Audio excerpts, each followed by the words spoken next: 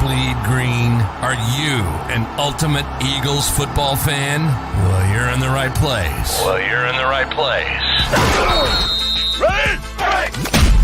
This is Birds 365, hosted by the new Mac and Mac, Jody McDonald and John McMullen.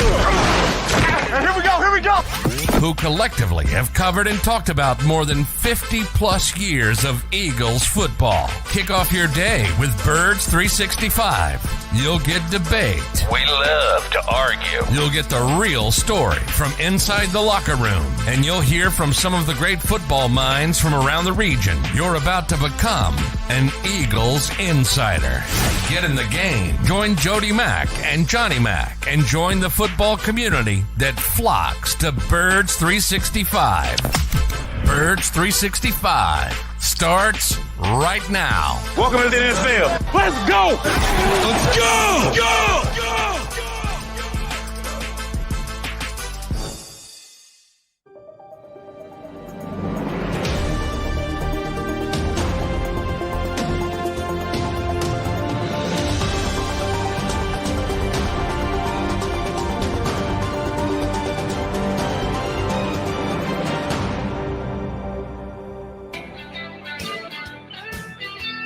And Wednesday morning, football fans. Appreciate you streaming in here with Mac and Mac on Birds 365 on the JAKIB Media YouTube channel. Johnny Mac up and out early this morning to get the dog. What a beautiful day. What a beautiful morning this was when I got out earlier before 7 o'clock. And I said, damn, this would be a great day for a football practice. Oh, that's right. The Eagles will some teams are practicing. No kidding. No. That's why I brought it up. We know the Eagles are not. No mandatory mini camps. A lot of teams around the National Football League have mandatory mini camps. And you know, I'm an old school guy who believes practice makes perfect, and the Eagles doing less than more still kind of rubs me the wrong way, but I can't chirp too much about it because they did it this way last year, went to a Super Bowl, and not everybody predicted that was going to be the case, so you have to give them the benefit of the doubt. Well, here's one good thing about the Eagles not having mandatory minicamp this week, John. Nobody's a no-show because there are a couple of guys around the National Football League that aren't in camp, mandatory mini camps this week. And if you don't have them, you don't have to worry about that at all. Right, Johnny Mac? That's a good point. You know, I'm trying to think. The Eagles wouldn't have anybody in that situation anyway. But, yeah, I mean, that's an opportunity. You know, you're not holding out a voluntary work. So when people say hold out when guys don't show up, there's evidence, you know, that they're not happy with their deals or whatever in certain situations. But mandatory is mandatory, and you get fined if you don't show up. So it's officially a holdout when guys under contract don't show up for mandatory minicamp, and you've seen a handful of guys around the league sending a message that either they're not happy for whatever reason or looking for a trade, looking for a new deal. So, yeah, if you don't have mandatory camp, and by the way, there are a couple teams canceled their mandatory camps as time went on. And I'm with you. I think, you know, I'm an old school guy. I agree with you. Practice makes perfect. Where I think we differ is you're not allowed to practice. So what's the point? That's where I think we differ. Well, choose your words carefully. You're not allowed to practice. Of course you are. There are teams having mandatory mini camps this week. But so they're not football. I go back to Mike. And I give Mike Garafolo the credit because he said it on this show, and I loved it, and I've stolen it, but I'll give Mike credit. We don't play football in the spring. There's no pads. There's no nothing. There's no, there's no contact. We don't play football in the spring. I remember way back, it's not way back, but the Ivy League was the first sort of domino of this. And they said, and I still remember the day clearly, and they said they banned contact at practice. And I said, well, this is stupid. I mean, this is not football. but they're, as usual with the smart guys, they're ahead of the curve. And now everybody does it, and it's just a part of and now already people don't even think about it. But and again, Mike, we do not play football in the spring. They don't play football. So that's where I think that if they could practice, I agree with you 110%, which is not a real number, but you get my point. Mm-hmm. I agree with you wholeheartedly. And I think we would have a better product, and I think all this stuff, but there's negative ramifications. You'd have more injuries. Chuck Clark, your guy, sort of tore his ACL, tore his ACL with the Jets. That's why they went out and got Adrian Amos. Now, that kind of stuff happens, but you go back and forth and you say, what's the cost benefit analysis? And they are where they are. They collectively bargained it, and you're not allowed to do football. So, who cares? Right. Well, put my hand up. I care. So there are three potential things we're talking about here. Playing football, a.k.a. practicing, helmets, scrimmaging, what we have known forever to be playing football. Working together, doing drills, 7-on-7s, the activities that the Eagles did last week, or shutting it down and doing nothing. If number one is no longer available, as you and Mike Garofalo point out and want to harp on, there's no such thing as playing football in the spring. Okay, then you're down to two choices. If you say choice number one is no longer available, you can't do it. You choose choice 3, which is do nothing, take downtime, don't get together, don't work on skills, don't do anything.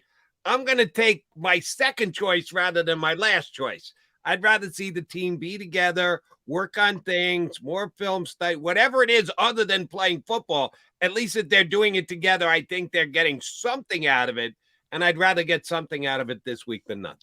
Well, that part I agree with. I think the structure, especially with the young players, is important. I think being in the building is important, and that's where I would push back against the Eagles a little bit. We talked about Jalen Carter. What can they do with Jalen Carter? Well, not much, but if you keep him around for another week, that's another week. Rather have him come into the building during the day than not at all. Structure. That's what I'm talking. I think, especially with younger people, it's very, very important. So that's where I agree with you. There's room for pushback, and I think this is allowed.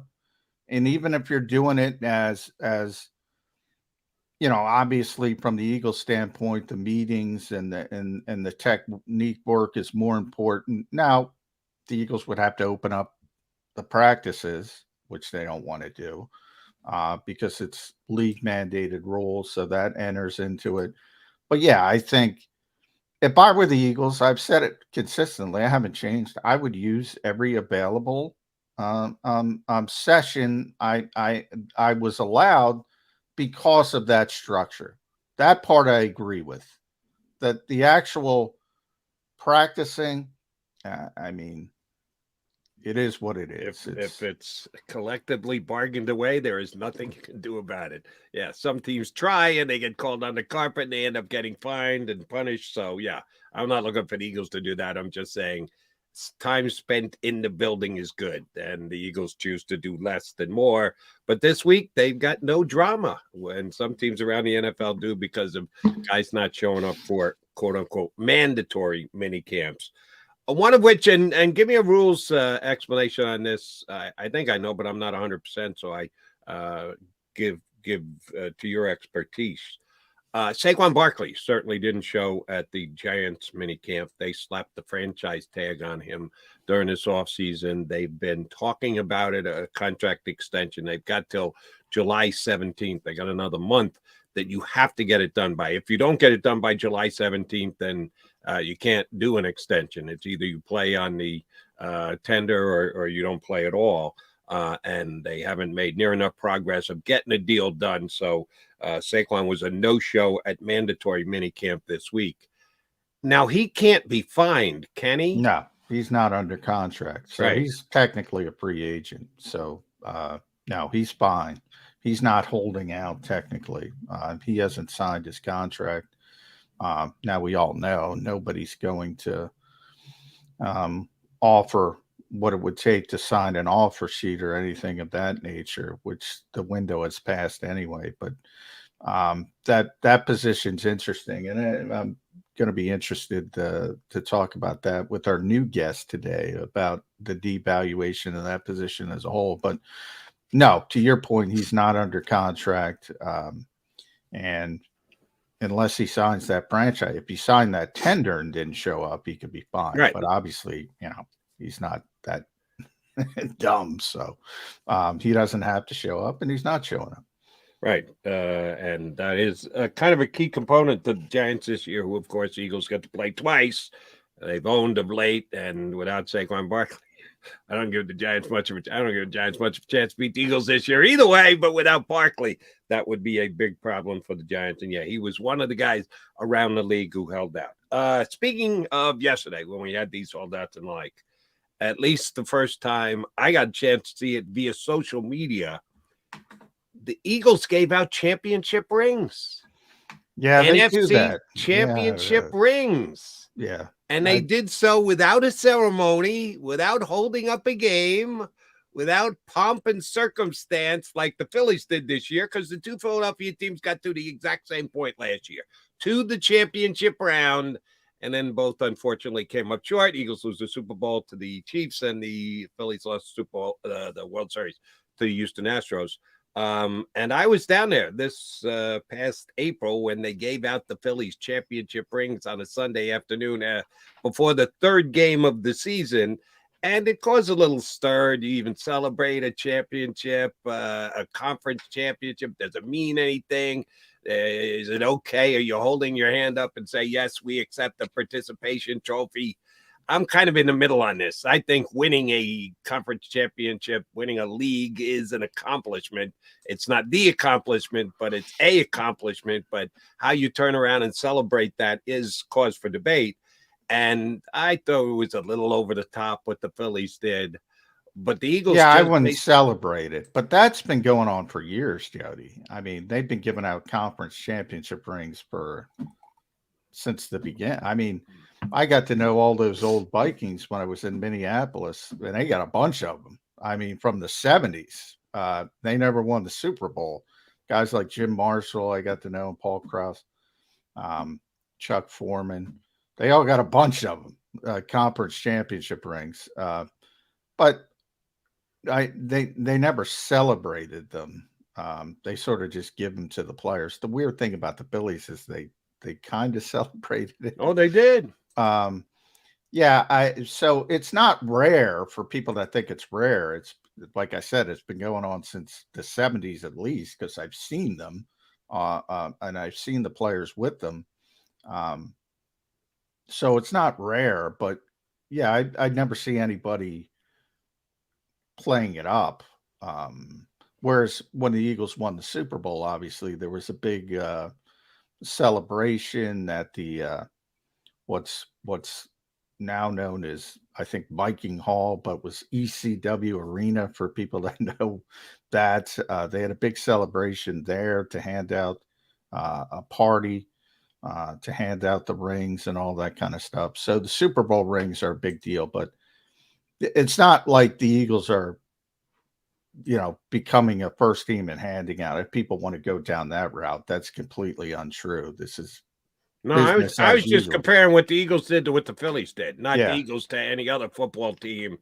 I like the fact that they did not make a big deal out of it. They honored their players. You have something that you can remember the season by. It was a phenomenal season. Some people think it's the best Eagles team of all time. But they didn't win the last game, but modern era. I'm not going back to 1960 and Chuck Bednarik and all those guys, but modern era. And certainly, and by the way, I've asked a lot of people on the show, most of the guys who were there every day, I don't know anybody who disagrees with me. Fletcher Cox disagrees. Howie Roseman disagrees. But I think they disagree for a purpose in saying the goal is the championship. Right. And I think that's their mindset. Well, that team won the championship, so that team's better. They weren't. this team was better. This is the best team I've ever covered. Last year's team, and I covered the '98 Vikings, who were 15-1, and probably should have won the Super Bowl. Gary Anderson, the first perfect season. Blah blah blah. And they were better than them. Yeah, that was a good team, and that's why it's so disappointing when you get that close and you're that good. And they knew they were that good. That's the kind of the point. They knew how good they were, and you get kicked down at the top of the mountain. You're right there. You're reaching for the flag, so to speak, and you get knocked off, and then you got to start all over again. That's whether you want to call it Super Bowl hangover, whether you want to call it human nature. That's going to be difficult getting over that hump. Yeah, it's a bit of a semantical debate, but I'm with Howie and Fletcher on this one. First things first, you got to win the championship. Then you can compare championship teams to other championship teams and who had the better team, and that brings into consideration which was the better roster. If you don't finish the deal, then you're not in the conversation. That's just different ways to look at it. I think you can absolutely say, what was the better roster? Last year's roster was better than the 2017 roster. Therefore, it makes it a better team. That's not the way I look at it. If you don't finish it off, if you don't win that last game, then that kind of eliminates you. Even if you have a more talented roster, you can acknowledge it's a more talented roster, but it wasn't a better team for me because the other one did finish the deal and won that last game. So different ways of looking at the same thing. But I give the Eagles credit. First of all, it was a nice ring. The Phillies ring, if you didn't see it way back when in April when they gave a little ostentatious, a little over the top, a little bit much for yours truly. Eagles is a good, simple, stated, got everything they need in there, sharp looking, but not outrageous ring. And I like the fact that they gave him out kind of without making a big deal about it, and gives the guy something to certainly look forward to this year, getting an upgraded ring if they can actually win the last game of the season. He's John McMullen. I'm Jody McDonald. Mac guys got two good guests for you today. Our usual early Wednesday contributor, that would be Mike Gill from the Sports Bash down the shore, ESPN 97.3. And then a little later on today, we're going to have Alex Vigderman on from Sports Information Solutions. If you recognize that name, it's because we get Matt Manicherian on around draft time. He also works for Sports Information Solutions. The combination of analytics with scouting. It's kind of like Pro Football Focus, another company that does put out information and ratings and stuff like that. They had a good article up on their website just a couple of days ago where D-backs ranked. And there's a big difference between where Darius Slay ranks via statistics and where he ranks via scouting. They just put one up yesterday about wide receivers. Sure enough, I asked Johnny Mack yesterday, is Devontae Smith in the top 10 yet? We'll put that by Alex Vigderman, who is the senior at the director of football analytics for SIS. He's going to join us in hour number 2. So let's get this bad boy rolling. Mike Gill first. We'll do a little scouting and analytics later. You got Mac here with you on Birds 365. Do you stream on a Roku, Fire Stick, Google TV, or Apple TV? Now you can watch 6ABC 24/7 with the 6ABC Philadelphia streaming app. And the big story on Action News? Search 6ABC Philadelphia and start streaming today. Go to get your game on. Go for the beers. Go for the cheers. Go for the hit and the hits. Go for the stakes and the stakes. Go to get your parlay on. Go to get your party on. Go for the scene. Go for the screens. Go for the gallery. Go for the win. Go to Ocean. Visit theoceanac.com to plan your visit. The greatest fans on earth. It's a bold statement, but would you expect anything less from Philadelphia? 58 years of heartache creates a toughness, a grit, a resolve not found in most. Sure, our prayers were answered, but now that we've had a taste, we're looking for more. Pondley Hockey, official partner of the Philadelphia Eagles.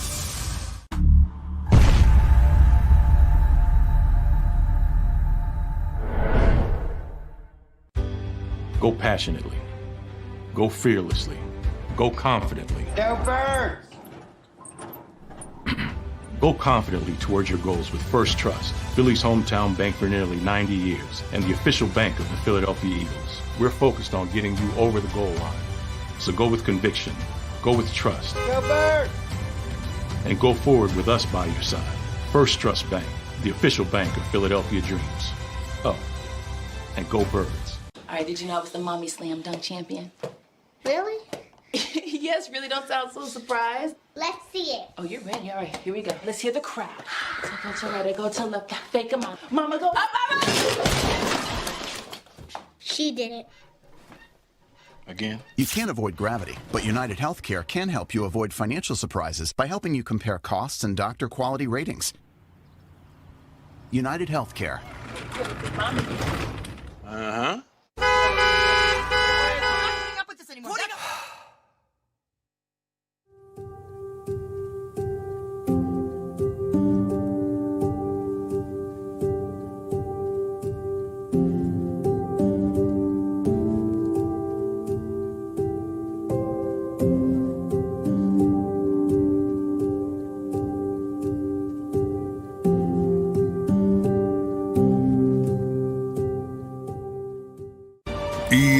EAGLES, Eagles.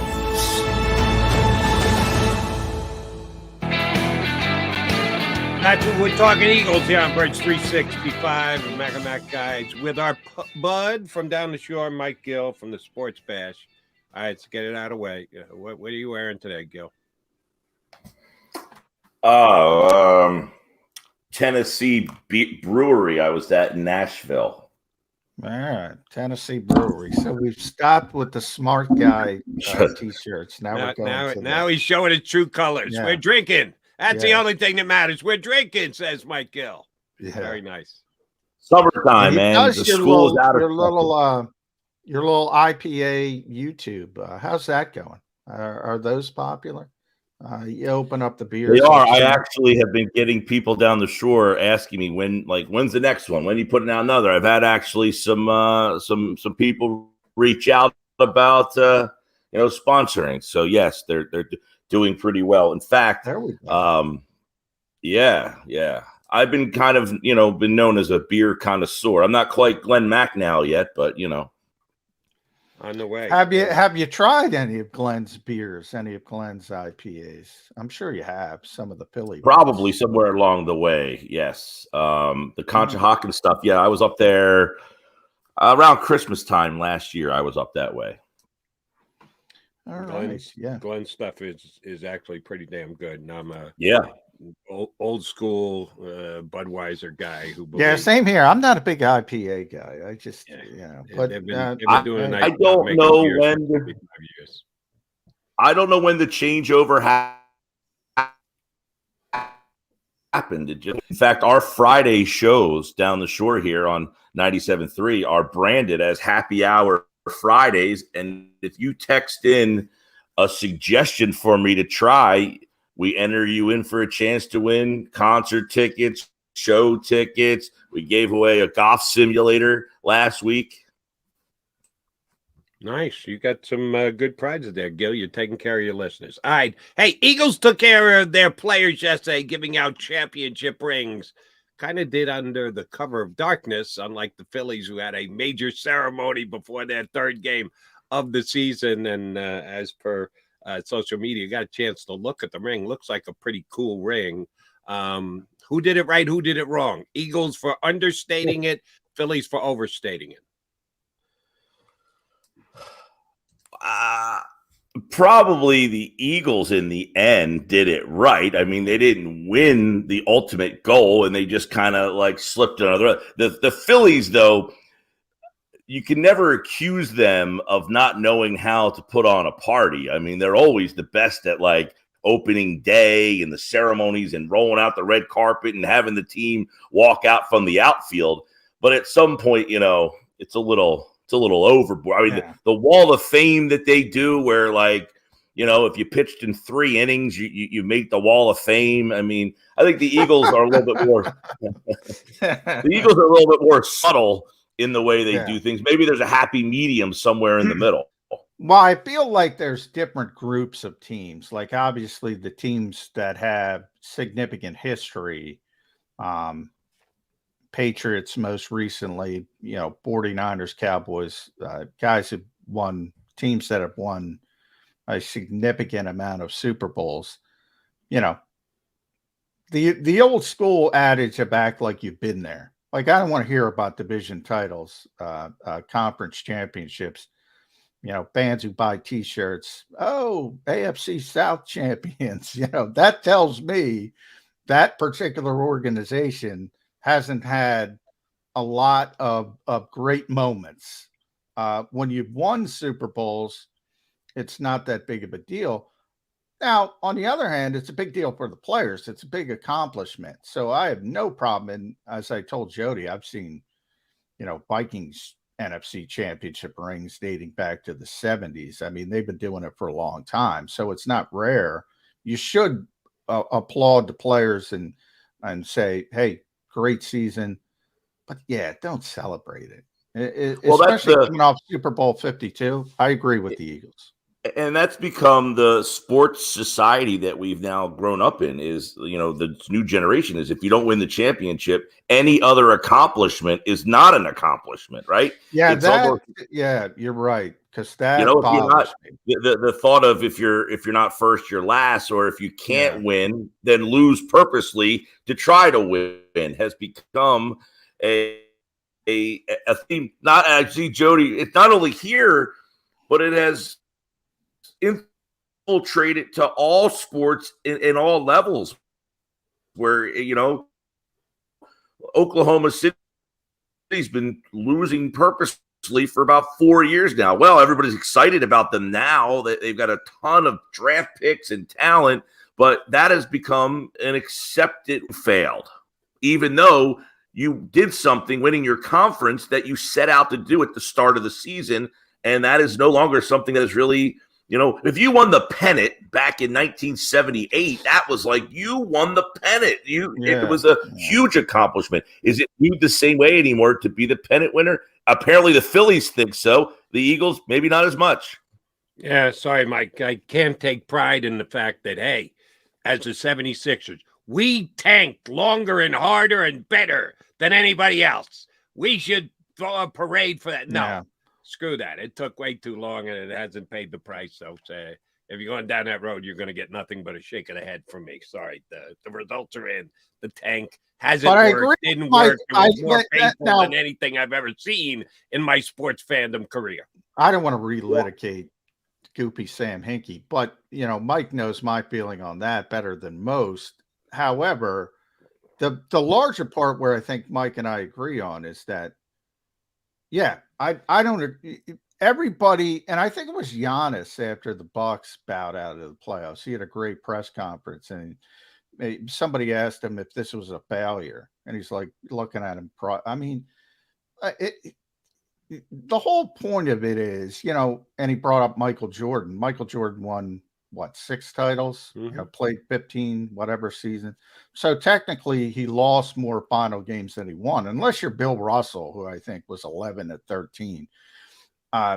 Just about everybody in sports history has lost their last game more than they won it. It's not a failure. Michael Jordan wasn't a failure in the seasons he didn't win titles.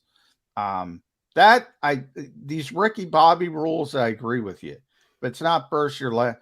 That's bull crap. And there is a whole generation of sports fans that really buys into that. The notion, like in the NBA for in the NFL, maybe a little different. The winning your division is still a goal. The NBA, most people don't even know what division their team is even in, to let alone have that be something that they strive for. So, you talk about the Eagles win the NFC East last year. Winning your division still kind of matters because those rivalries have something still. There's not a lot of rivalries in sports where the divisions mean enough anymore either. So everything has been kind of downplayed, so much so that if you don't win the championship, you're a failure. The season wasn't worth it. We should lose on purpose so we can get a player that can help us win a title. You don't see it as much in football, although Arizona might be trying. And it's getting, it's getting closer. And we're going to have a guest on in the second hour. When you see this,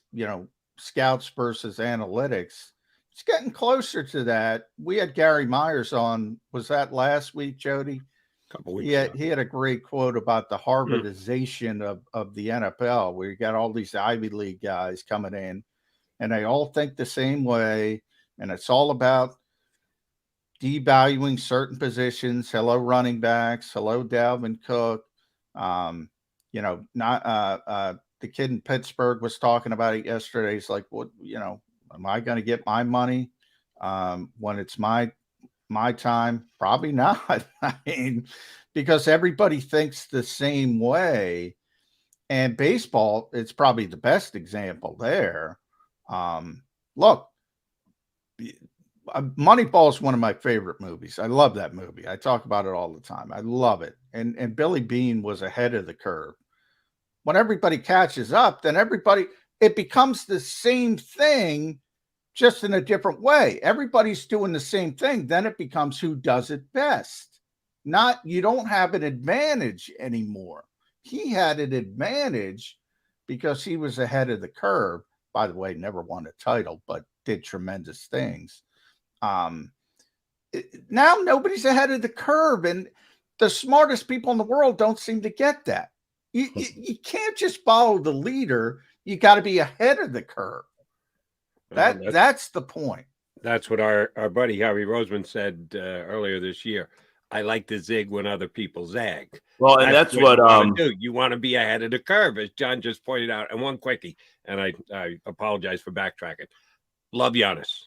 I'd love to have Giannis on a team that I'm rooting for. He's a class act, and he is a deep thinker. His status about was the season a success or a failure was irrelevant. They didn't ask him about Michael Jordan. They asked him about the Milwaukee Bucks of 2023.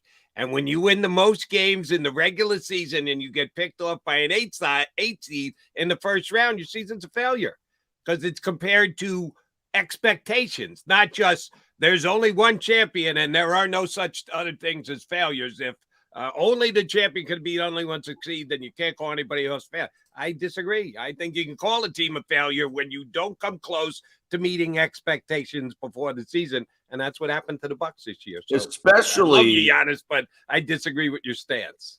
Especially when we have the fans and the teams. The teams are a big part of this. They have devalued their regular season. So your regular season success of having the most wins has been devalued now because the teams have deemed the regular season. We're going to rest guys.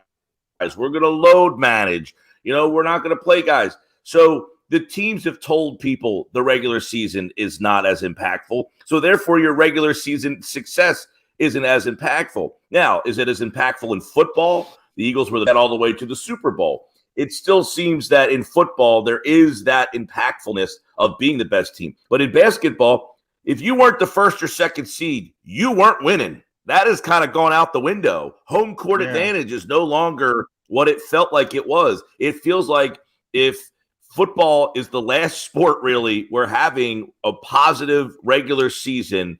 Also, and we've seen 9 and 7 teams win Super Bowls, but that's not the norm. But you're in hockey, the 8 seed made the Stanley Cup. The basketball, the 8 seed, you never saw an 8 seed. Heck, it was rare to see a 5, 6, or 7, or 8 even win the first round in basketball. Now it happens almost routinely. So it seems that the NFL is the last of the Mohicans. They're holding on here to this regular season to keep it compelling. And there's a reason for it. And thanks for letting me jump in, Johnny Mac. In a series, if you get 4 out of 7 at home, that means you've got a 43% advantage of home field. 57% will be played. In football, it's one game. You got 100%. The other team's got 0 because they're not going to get a chance to play a home game. So, of course, the home field advantage in football is going to mean more in the postseason than it does in basketball and hockey and baseball because you're only getting 4 out of 7. It's not that big a deal. Football, it's one game. You got that home field advantage, and you're right.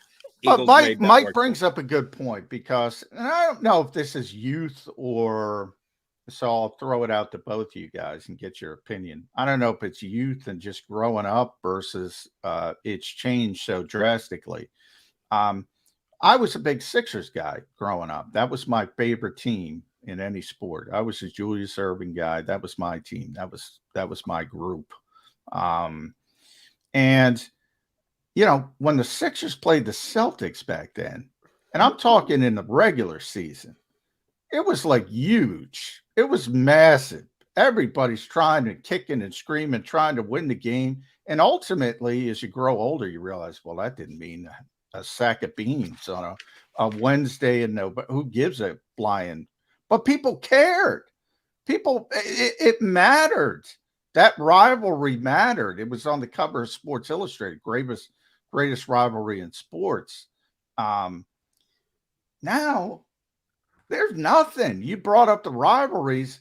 These regular season games are utterly meaningless. Maybe best exemplified even by college basketball. When college basketball was, you know, guys stayed for 4 years and became a big part of it. You had these huge rivalries in the Big East, the ACC locally. Now, you know, the conference tournaments, you can go 30-2 in the regular season, and some of these lower conferences. Somebody sprains an ankle, and you're one and done in the conference tournament. You're done. You're done. Yeah, even though you had this large sample size. So I think a lot of that is too, you know, the talent is deeper than it was. So that means the fifth team is closer to the first team than the fifth team used to be. Back in the day, there was only so many extremely talented players. And if one team had them, the gap between 1 and say 8 was so wide. Now 8 and 1 are pretty close. And, you see the kids in college anyway, leaving early, but in the NFL, I don't know, Jody, you've been around a lot of Eagles-Cowboys games and a lot of Eagles-Giants games. Do they feel the same? Is there still Eagles-Cowboys? Even though it maybe doesn't feel the same, I still think that is something. If they played that game in October on a Sunday afternoon at 1 o'clock, I think people still might not feel the same juice that we felt in 1989 or 1995 or 2005. But of all the games, I think that game still has some juice behind it. I'll answer your question with a question. And we had Hunter Brody on here yesterday, which I'll tell you what Hunter said after I get you to answer the question, which I thought was telling and funny. Yesterday, Eagles single game tickets went on sale, and I assume they got snacked up in a matter of hours, if not minutes, on Ticketmaster. If you could only get tickets for one game for the Eagles' upcoming season, 8 home games, what game would you pick, Mike? I know you don't have the Eagles schedule in front of you. Yeah, I don't have the Eagles schedule right in front of me, but I mean, I know the road games aren't all that good because I give away a trip to an Eagles road game, and I wasn't all that, I mean, if you ask me right off the top of the bat, I'll run them down for you real quick. Home Minnesota, home Washington, home Miami, home Dallas, home Buffalo, home San Francisco, home Giants, home Cardinals. In that order, going through the calendar. I didn't give you the exact. So I guess you're going to try to get me to say 49ers because that's the rematch, right? Or Buffalo. On the schedule. Yeah. Plain and simple. Oh, listen, and you're talking to somebody, though, I'm more of an Eagles-Giants rivalry guy than Eagles-Cowboys. I feel the Eagles-Cowboy is like a Hallmark holiday. It's not like a real holiday. This has been manufactured. Eagles-Giants is the big deal to me, because of the proximity and the fact that there's actual real Giants fans and people that live in this area. The Dallas people are just a bunch of fugazis. So I go Eagles-Giants more than the locally. Eagles. They are locally. These people are complete know-nothings. I mean, you ever talk to a Cowboys fan that lives around here? They've never seen. Here's my issue with the Eagles-Giants. There was a great commercial back in the day when the Yankees would dominate the Red Sox, when they were before the Red Sox came back and turned things around, they won a bunch of titles. So this was before that. Alec Baldwin, the Yankees fan, John Krasinski, the Red Sox fan, and they would go back and forth and argue. And Baldwin shut it down by saying, "Hey, Kindling doesn't have a rivalry with fire."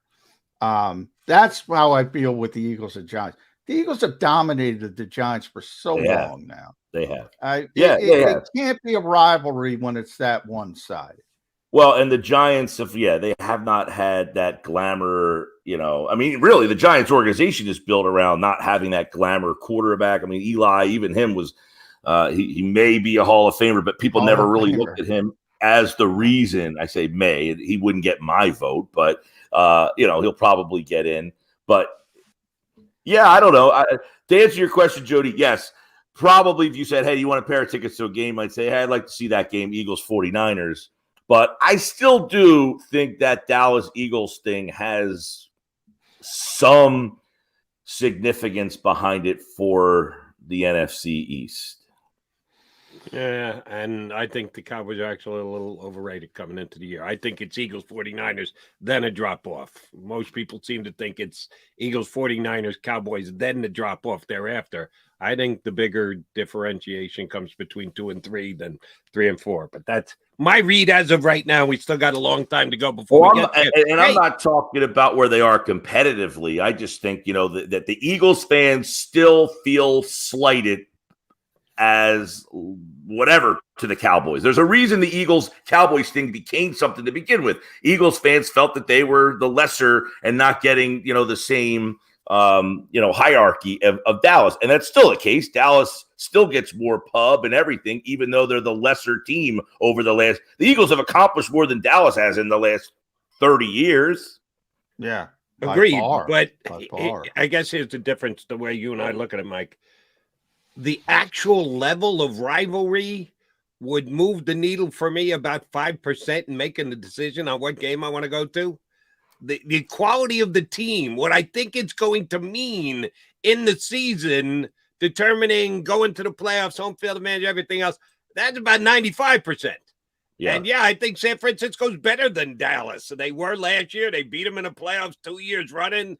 And the whole, you talk about pumping up rivalry, the whole whining after the fact by 49er fans because Purdy got hurt just adds to it this year. Easy call for me, San Francisco over Dallas, no matter how big the rivalry is. I think that always changes, too, with the expectations. The Eagles are a significant Super Bowl contender. So then it becomes larger than if it's a typical, you're going to be 500. Now you can't be 500, but if you're going to be 9-8 or 8-9, then it's like, what's a successful season? Oh, beating the Cowboys. Then it becomes more into. I think it gets more into the equation. But for the Eagles, they have larger aspirations right now as a legitimate Super Bowl contender. So then, I mean. I remember Jody and I were talking about, the biggest game on the schedule, and he went Kansas City. And I can't go Kansas City for the reason of it's an AFC game. Like, it doesn't matter until the playoffs. Then hopefully you get back to the Super Bowl if it's Kansas City. But if you're going to lose a game in the NFL, you want to lose a out-of-conference game because it doesn't hurt you in the tiebreakers for the most part. So I never can go AFC game when I'm looking at a schedule for an NFC team and say, what's important? What's important? They probably got to beat San Francisco if they want to get the number 1 seed. So that's an important game. Yeah. But they got to beat Dallas because Dallas is going to be amongst the top teams, whether it's number 3, number 4. They're going to be fighting for the division title, the conference title. So those games to me are more important, but I just don't. Eagles fans don't like the Niners right now because of all the angst and whining and whatever you want to call it. But ultimately, I don't think, they'll forget about it. By the way, the Eagles play Dallas, Kansas City, Buffalo, San Francisco, Dallas consecutively. That's a stretch. Oh yeah. Yeah. Well, that's the way we that's going to went say over the Eagles' schedule earlier this year. I like the way it laid out for the Eagles. And I'd add early. Seattle to that too, real quick, because I think Seattle's going to be a good team. So do I. Yeah, they got a really easy opening schedule. Then it gets really hard in the middle, and it gets light at the end. Sorry, Mr. Giants Eagles is still the best rivalry. No, it's not right now, because the Eagles kind of owned them last year, and they'll own them again this year unless they don't need to win that last game of the season. And even if I acknowledge that the Giants aren't nearly as good. I just like the proximity, and then you get the Giant fans, give them, credit. They are somewhat knowledgeable fans. They have passion for their team. They don't just live in a random state and pick a dart and throw it and say, hey, that star is really cute, I'll just cheer for them. No, they actually know their zip code. They have the proximity in place, and it makes for what should be a more impactful rivalry, even though they are the nail to the Eagles' hammer in recent times. Yeah, that's fair. That's fair. We've gotten. I find this discussion interesting. I hope the fans like it, but we haven't talked much about the team, Mike. So I will turn it there a little bit. We didn't get much. We didn't see much. We saw 100 minutes. The reporters that were there. But we saw some interesting things, and I kind of look at themes. Christian Ellis, maybe he could push Nicholas Morrow to be that second linebacker. I thought Zach McPherson moving to the slot was interesting. All of a sudden, you have more depth outside.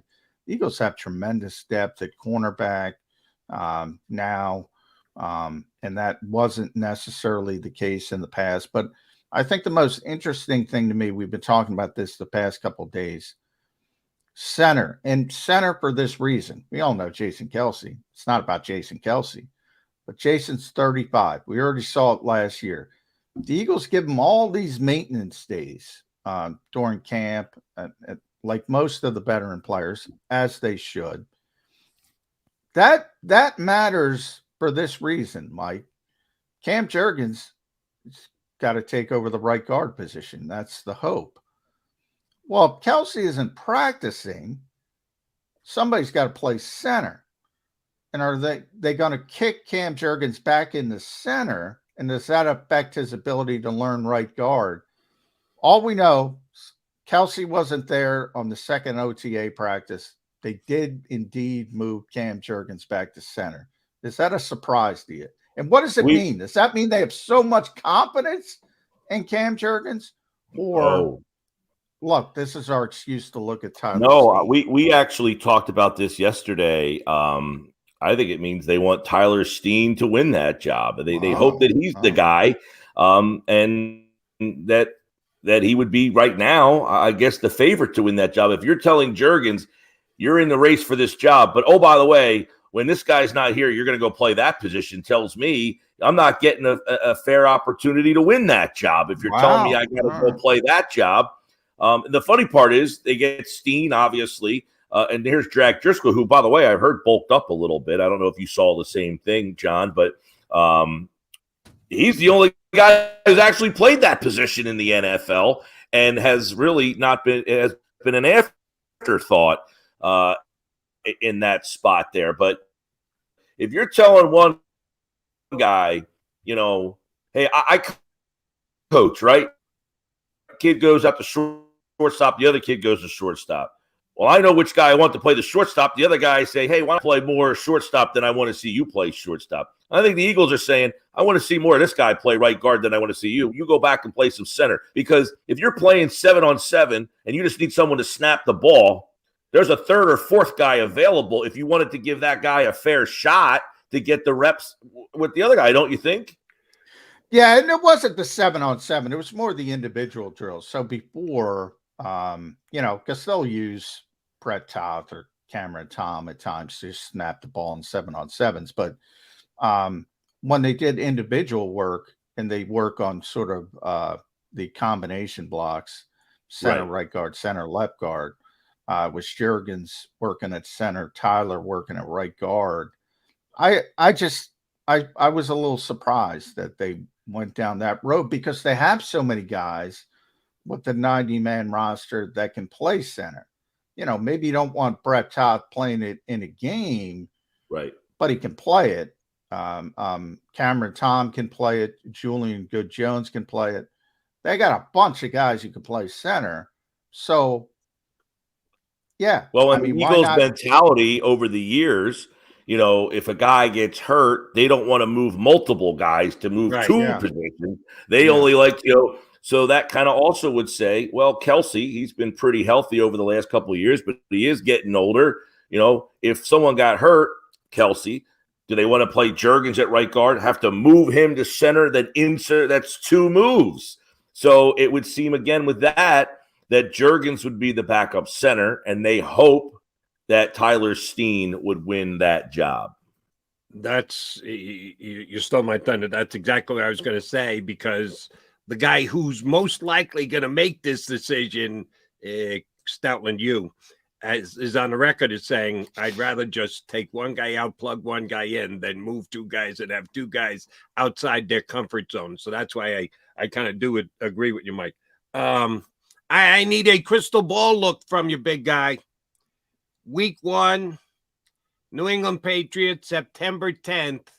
Eagles win the coin toss and defer, because they always defer. And Elliott kicks it out of the back of the end zone. So the Patriots get it 1st and 25, 1st and 10 from the 25. Eagles in their base set, 2 linebackers on the field. Who are they?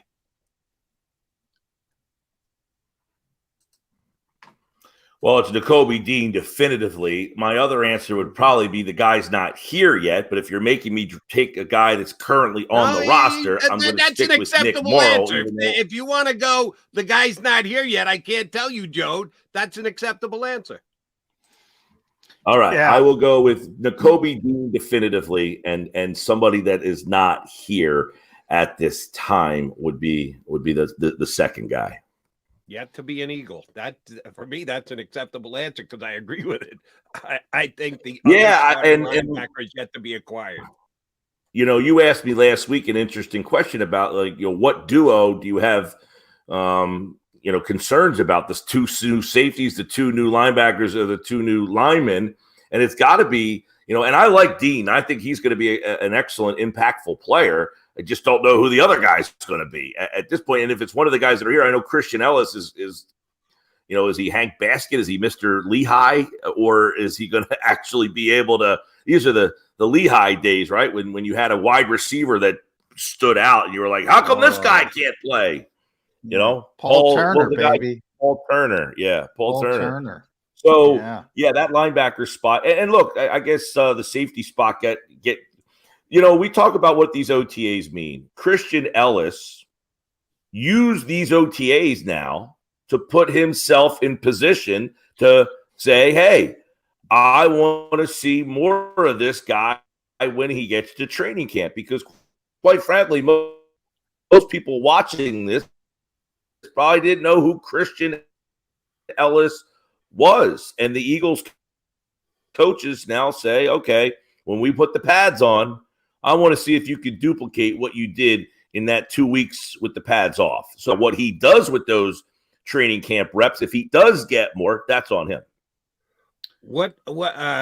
Sorry to interrupt, John. What was Hank Basket's wife's name again? Kendra? Kendra Wilkerson. Yeah. Isn't she due for another reality series? We haven't had Kendra in about a decade. I miss Kendra. Where's Kendra? No. Yeah. Kendra. Yeah. No, she has a new. She does have. She has a new show now on HGTV where she's a real estate agent. Get out of here. Yeah, she's a real estate agent and she was trying to. I don't know. I couldn't believe it was her. I was like, is that Kendra?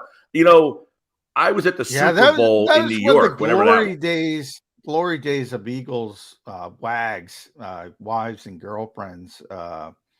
You had AJ Feely with Heather Mitz, and you had Jeff Garcia. What was his girlfriend's name?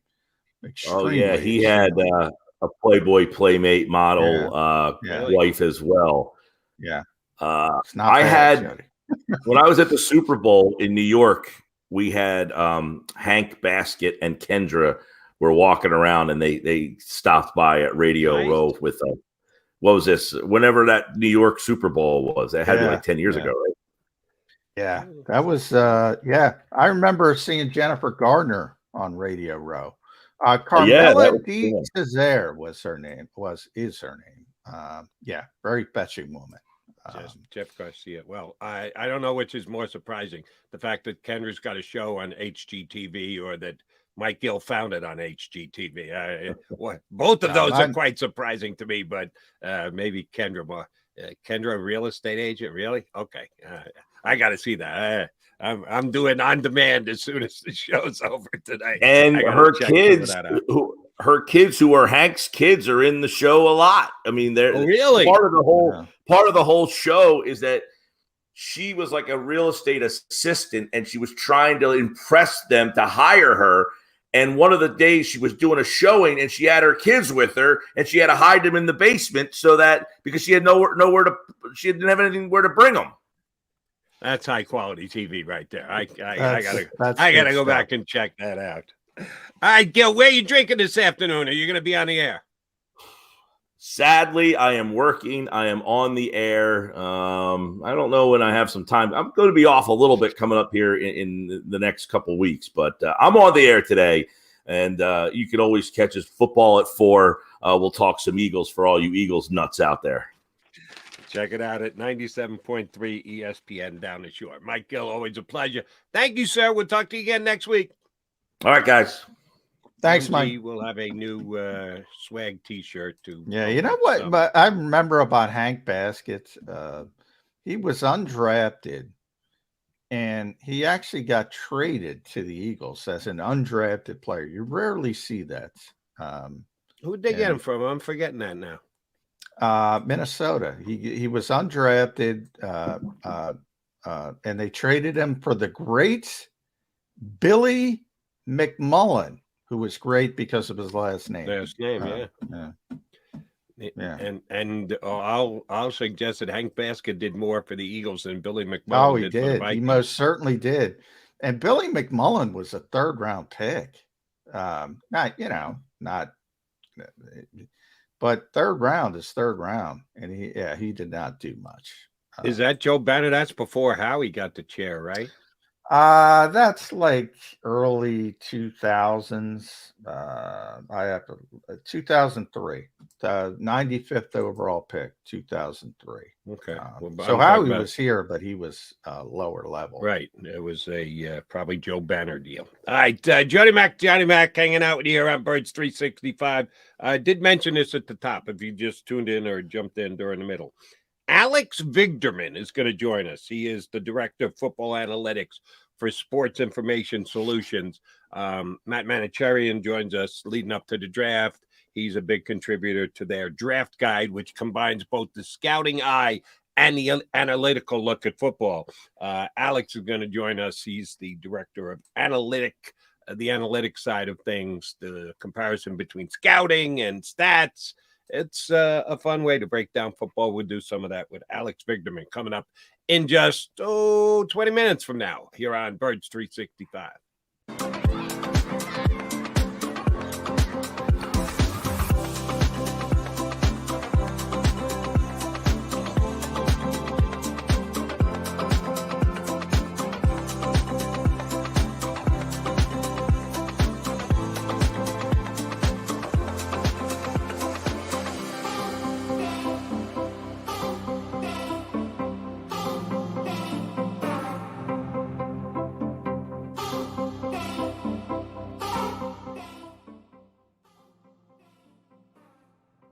Heading down the shore, have a ball once more. Here, imaginations run wild and time stands still. Because here, you can find the best of the Jersey Shore, all on one 5-mile island. So leave the old you behind and get lost in the woods. Wild, wild, wild days.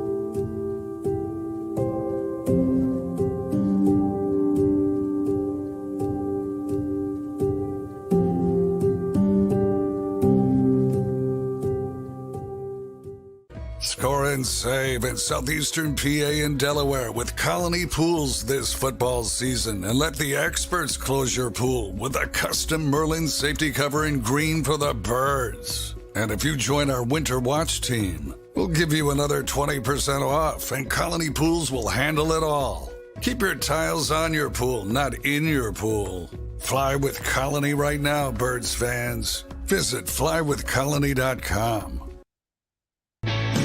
Hi everybody, my name's Jason Lombardi. I'm an inspector at DryTech. At DryTech we offer 3 major services, the first one being basement waterproofing. The second service we offer is foundation and structural repairs. And then the third service that we offer is mold remediation.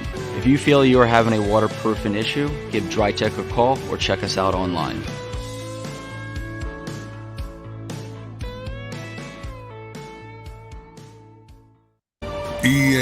EAGLES, Eagles.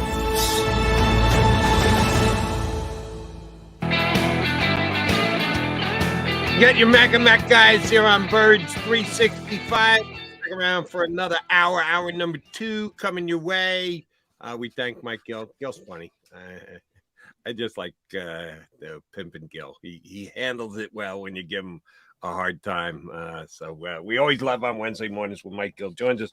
Looking forward to having Alex Vigderman from Sports Information Solutions come on, talk some analytics versus scouting for the upcoming 2023 season and rankings and ratings and all that fun stuff. Johnny Mac, question for you. Dalvin Cook, released last week, hasn't signed yet. There was some talk when it was probably when Mattson got the new contract. You pointed that out a couple of times, and that was kind of telling when they gave him the money that they did, which was borderline starter money in the league, that Dalvin Cook was not going to be with the Minnesota Vikings when the season opened. And sure enough, they released him. People were saying, the Eagles should trade for Dalvin Cook. That was before they did get DeAndre Swift. It was before the draft. I didn't think that was a match then, and the Eagles have enough running backs now. I don't see Dalvin Cook wearing Eagle green, but he's not signed on with any team yet. And when you get these guys who are released during the offseason, usually it goes one of two ways. Either they sign immediately, they know where they want to go, the other team has interest, boom, they get a deal done, or it drags a bit. And we're now, at least as per me, into the dragging with Dalvin King. You think he waits all the way till camp gets underway and waits for a team to have its running back go down with an injury to give himself Possible. better? I mean, Kevin Seifert from ESPN, who covers the Vikings now, he mentioned he wants significant money. So, I mean, it's that time of year where everybody's already budgeted. Everybody's got their ducks in a row for the most parts. And he might have, if that's the case, and he doesn't want to come in for, 1 year and $5 million, he might have to wait. Same thing with DeAndre Hopkins, who's taking visits, Tennessee, now New England. He wants a significant deal, at least significant enough at this time of year. They know they're taking a little bit of a haircut, but he was going to make significant money. That was the problem why you can't trade him. People say he's a good player. Why can't you trade him? Well, he makes too much damn money. Nobody values the position. It's not just the Eagles. And we'll talk about that with Alex as well, the devaluation of that particular position. I mean, Saquon Barkley, the guys at the top of the sort of pecking order, the Josh Jacobs, they went the franchise tag route because it's less than paying them what guys like Cook made or Ezekiel Elliott before the Cowboys released him. It seems like everybody who signs these big money running back deals grows to regret it. I guess my bigger question is, should they, or is there more wiggle room? Alexander Madison, you mentioned, he's a good player. I think they'll be fine, but he's not Dalvin Cook. He's not explosive. He's not a home run hitter. He's not going to scare opposing defenses. He's a He's a, 22 carry, 95-yard guy, which is good, but there's no by the way, with explosion. Kirk Cousins, you're not getting 22 carries. They're not going to run the ball 22 times with Kirk Cousins. Yeah, that's true too. When he has played, he's Dalvin's had some shoulder injuries. He's had some good games, and that's where he always is. He's always at like 22 for 90 or 23 for 92. They also signed Josh Oliver. They want to run the football to set up the pass. They're a play action team. They're an old school Shanahan team. They want to set up the play action, which is, it sounds like 1940s, but that's what they want to do.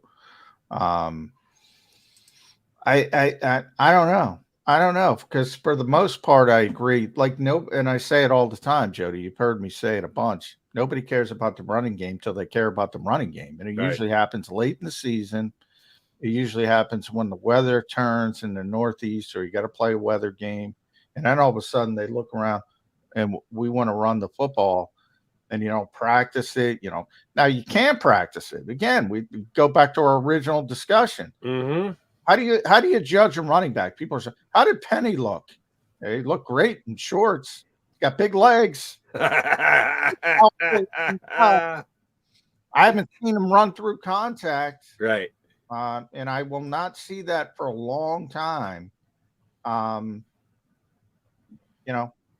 do you practice it? So, and then you kind of just say, all right, we'll do what we can. And that's where, then you talk about the talent of particular players. Christian McCaffrey, who's still making big money. Are those guys valuable? I think they are, but the league doesn't agree with me. Right. And you said it earlier. It's not just the Eagles. We look at everything through an eagle-colored lens here on Birds 365, but we try and acknowledge the fact that, there are 31 other teams, and how they do business, how they do certain things is going to have an effect on the Eagles. And I think the way the Eagles do certain things affects the way the other 31 teams work too. It's a symbiotic type thing.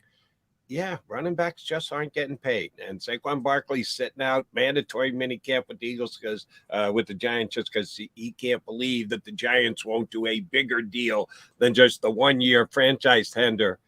Yeah, that's the way it works now in the National Football League. You get a guy for a year, you pay him what you have to, but you don't want to make long-term commitment. You don't want dead cap money sitting there. And if you do the tender thing, season's over and done with. Dead cap money for Saquon Barkley, zero. And that's what it seems like when they can get away from a player but not have a financial tie to him going forward that's going to make it more difficult to manage your cap going forward as well. Yeah, that's the want of the National Football League. It's not just the Eagles. Yeah, and it was Giants, it's everybody. Najee Harris was talking about it. Brooke Pryor got him out at the Steelers minicamp, and he said to see people like that get released, and he's talking about Cook, obviously, especially in my position. It's like, damn, what did they do? Is it because of their age? He's only 27, I think. He's coming off multiple 1,000-yard seasons. What? I don't know. Is it money from the team? They got to pay somebody. I don't know, but it's eye-opening for sure. Yeah, this one's reverberated to players in the league because they all respect him. He's, as I said, he's not old. Now he has had a ton of touches over the years. He's not what he once was. So it's that old, better to give up on a player a year early than a year late mentality. But it really manifests itself in running back more than any other position. And when you're somebody like Najee Harris, who's had a good start to his career, he starts to see the landscape and, what can he do? What can he do? I'm not sure there's anything he can do. We were talking earlier about your man crush on Billy Beane and the fact that he was ahead of the curve. And that's how he kept the A's with a minimal payroll, competitive year in, year out. Didn't win the big prize, but made them a competitive team year in and year out. I think that's one of the areas in the National Football League you can look to in the next year or two. Finding that perfect fit right running back. Because as we analyze Dalvin Cook in his situation, you and I agree, that's the league. The league has now set the value of the running back, and it just keeps going down and down and down and down and down. If you can find that guy who the league is devaluing just because he's a running back and just because he's had X amount of miles put on his tires, they're going to refuse to pay what he should. To be able to point out that and say, this guy's got it. Even though he's older, even though he's taking more hits, we can get him for still below market value of what his production is, and we think he can still hold that production for another year. That's the kind of guy that I would be looking for in free agency, that the whole league is devaluing, and I want to be the guy who's willing to give him just this much more and then reap that benefit all year long. And what it is groupthink, right? And that's why I say Billy Beane was ahead of the curve. Billy Beane was. Now everybody said, oh, look at Billy.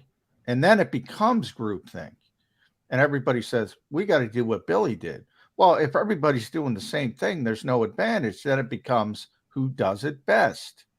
That's what's going on in the NFL. You see it all the time on social media. And there's a guy, and I don't want to say his name because I like him personally. I respect him, who was talking about this particular situation and just, mocking people who would dare say, you know what? Wait a minute. Dalvin Cook's a pretty good player, and going down the litany of things. It's become same thing with, fourth and short. Oh, you got to go for it. You got to go for it. You got to go for it. Well, what do you have? What if you have your backup quarterback? What if your top running back is hurt? What if your top receiver is hurt?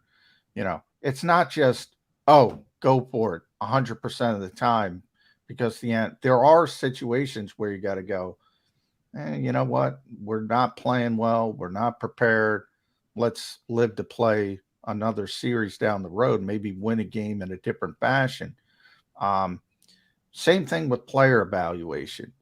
You can't just say, oh, he's been this successful, but his yards above expectation were bad last year. Can't go forward. That's groupthink. When you're mocking other people with a different, they might bring in the context. Well, guess what?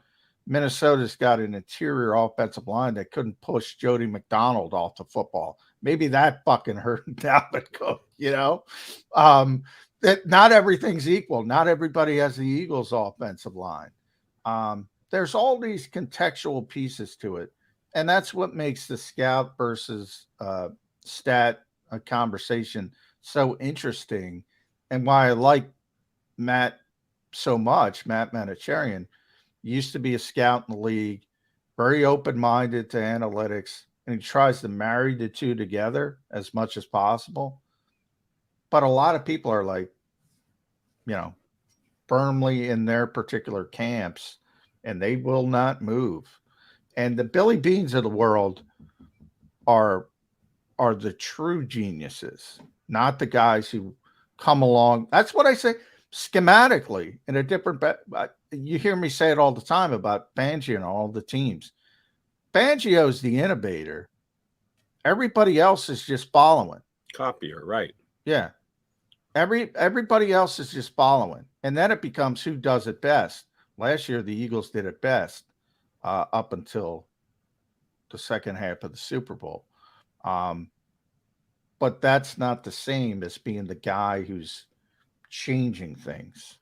And that's where I'm thinking a guy like Dalvin Cook could be a team getting an edge, because I guarantee you there are teams out there that are making evaluations on Dalvin Cook. It's certainly all led by, well, what do we already have in the room? How desperately do we need this? Is it going to be an upgrade, or is it going to be a major upgrade? And that's what you base it on. But then you got to figure out how much you're going to be willing to pay him. Dalvin Cook's got over 1,500 touches. His first year, he only played 4 games, but in 5 years, he's got 1,500 touches. That's a lot of touches. But some guys can do that. Some guys can take that. I get that most players, the more they play, the more wear and tear in the body, the more injuries, the more years you add to the driver's license. Yeah, it almost always goes down. Production's going to go down. You project going forward, he's not going to be as good as he was. And every once in a while, you get the exception to the rule, the guy who stays there and or can tick back up, even though it seems like he's had a lot of usage. I think Dalvin Cook had that kind of year because you're right. Minnesota's offensive line, not the best. He gets behind a good offensive line that can drive block. Yeah, I think he could be an actual needle mover as a June signing. That doesn't usually happen in June. I went back to that Buffalo game and I saw, how many guys in this league can take it to the house from 80 yards? How many guys can take it to the house on a screen from 75 yards out? I mean, there's some juice there. So to say, oh, well, this number says there isn't. Well, Buffalo's a pretty good team. Indianapolis, as bad as they were, had a pretty good defense, especially a linebacker. I don't know. It's a difficult decision. But for the most part, I agree.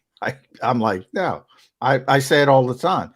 We go through this every year in the draft, Jody. Are the Eagles taking running back? We went through it this year. It was Bijan 365. Mm-hmm. I said every day. I said, no, stop being silly.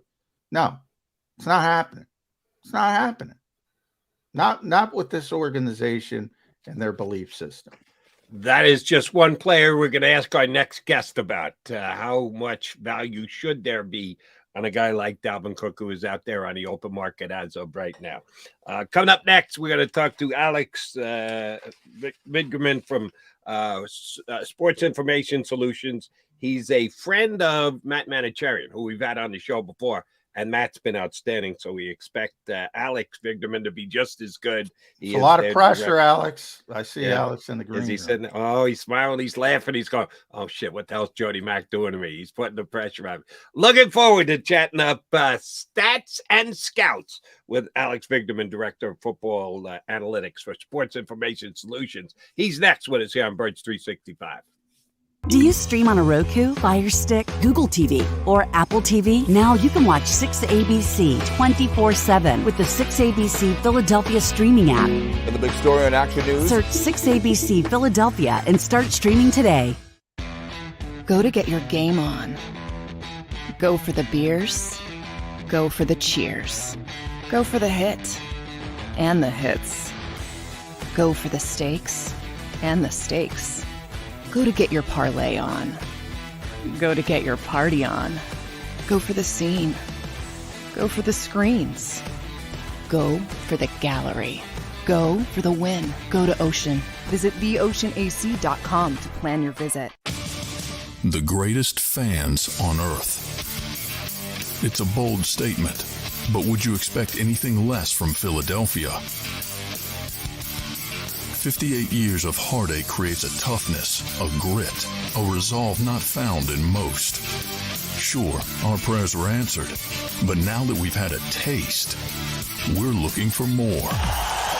Pondley Hockey, official partner of the Philadelphia Eagles.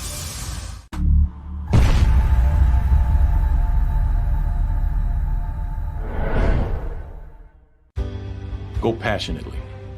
Go fearlessly. Go confidently. Go Birds!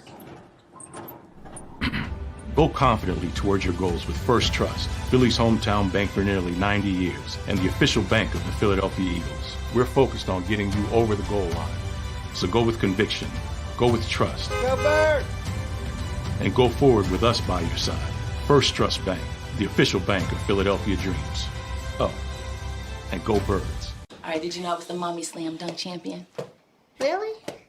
Yeah. Yes, really don't sound so surprised. Let's see it. Oh, you're ready. All right, here we go. Let's hear the crowd. So go to right, I go to left, fake a mom. Mama, go up, mama! She did it. Again? You can't avoid gravity, but United Healthcare can help you avoid financial surprises by helping you compare costs and doctor quality ratings. United Healthcare.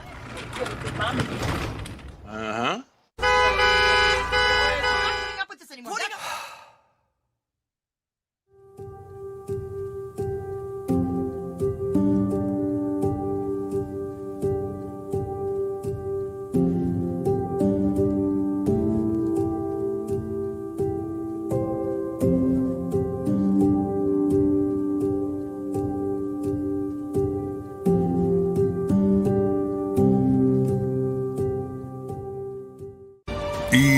EAGLES, Eagles.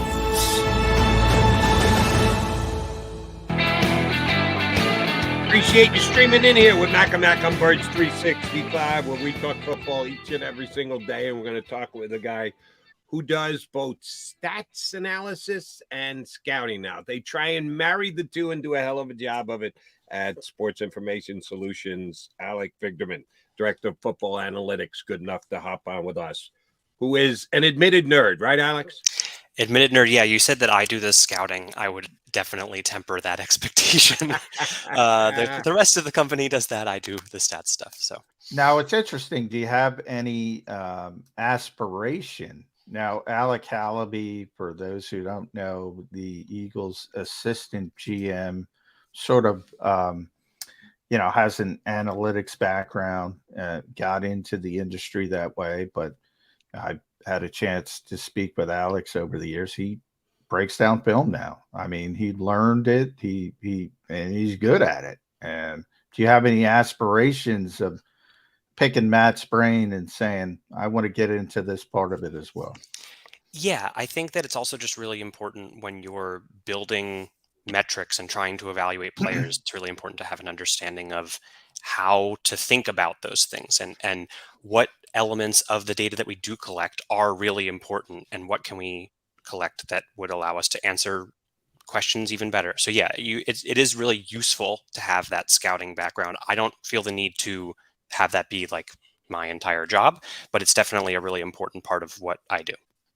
John beat me to it because I was going to go Alex Hallaby and the Eagles as well, because Manicherian told me you are the resident Eagle fan on staff at Sports Information Solutions, huh? Yeah, I suppose so. Yeah, my credibility I can say that I have a Mike Bartram jersey, one of my two Eagles jerseys, because when I was a kid, I was like, I want the weirdest player. I want the long snapper. He had just made the Pro Bowl. And so I got him. And of course, later on, John Dorenbos became like a more appropriate long snapper to pick to have a jersey. But, legendary long snappers. Yeah, John, that would have been a good choice. But Mike Bartram, I love it. He was a very good long snapper as well. So good choice, Alex. Good choice. You guys are doing this sort of scouts versus stats analysis that I found very interesting. And, Matt and I guess it's Bryce Rossler do the scouting. You and James Weaver do the stats part of it. And you're breaking down the top 10 players at each position. Now, I found this really interesting from, to use the Eagles as an example. At wide receiver, it makes sense. I think A.J. Brown was the 4th best from the scouts, and he was the 5th best, or might have been vice versa, from the statistical analysis. So when things match up, I imagine it's easy. Darius Slay, though, the scouts had him, hey, this is the 5th best cornerback in football. And the stats are like, not so much. How do you guys sort of debate back and forth when you talk about when you have that big sort of gap between the two camps? Yeah, so for cornerbacks, it's tough in general. The performance their performance is really variable year to year. They're sort of like famously difficult. Like baseball relief pitchers. Yeah, they're famously difficult to evaluate statistically. Part of it is because the plays that they are involved in can be really big one way or the other. Like in terms of any single player's impact on a play, a defensive back can have a pick six from the 1 yard line going 99 yards, or they can allow a 99-yard touchdown. So their like range of outcomes is really wide. And also for whatever reason, year over year, you have these like really big swings in how well they perform snap to snap. And then you can also get players like Trayvon Diggs of the Cowboys last year was this like really extreme example of he had all these interceptions and he was, defensive player of the year conversations, all that kind of stuff. But at the same time, he was allowing big chunk play after big chunk play. And so you can get these like really big differences in the impact of a few really important plays and what you're doing snap to snap.